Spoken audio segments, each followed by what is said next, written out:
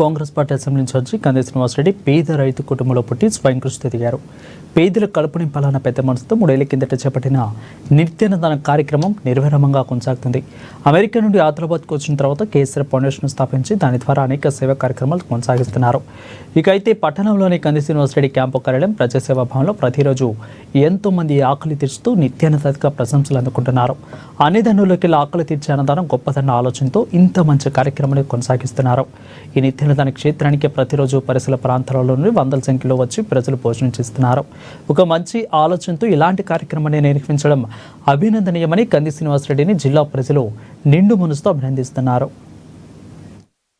గడపన పొద్దునువై వెలుగులు పంచుతవో, ఆకలి కడుపుకు మెతుకునువై ఆకలి తీర్చుతవో, పోరాటాల జెండనువై సమరం నడుపుతవో, ఆయం అంటే ఆ క్షణమే అన్నై కదులుతవో, బిగిసిన పిడికిలి నువ్వై ముందుకు దూకావు, ఆదిలాబాద్ క్షేమం కై అడుగులు వేశావు, కాంగ్రెస్ జెండా పట్టి కథన రంగం తొక్కినవు,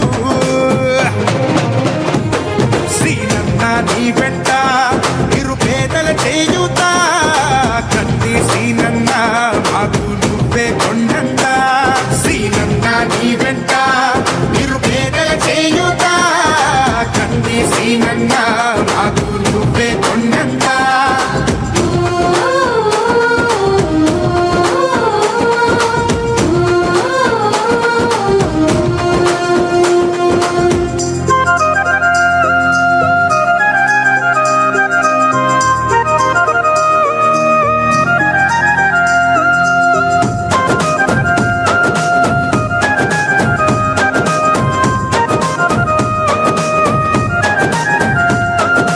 పోరాటానికి పొలికే కై పిడికిలి ఎత్తినవు, పేదల బ్రతుకుల మార్చుటకై పయనం గట్టినవు.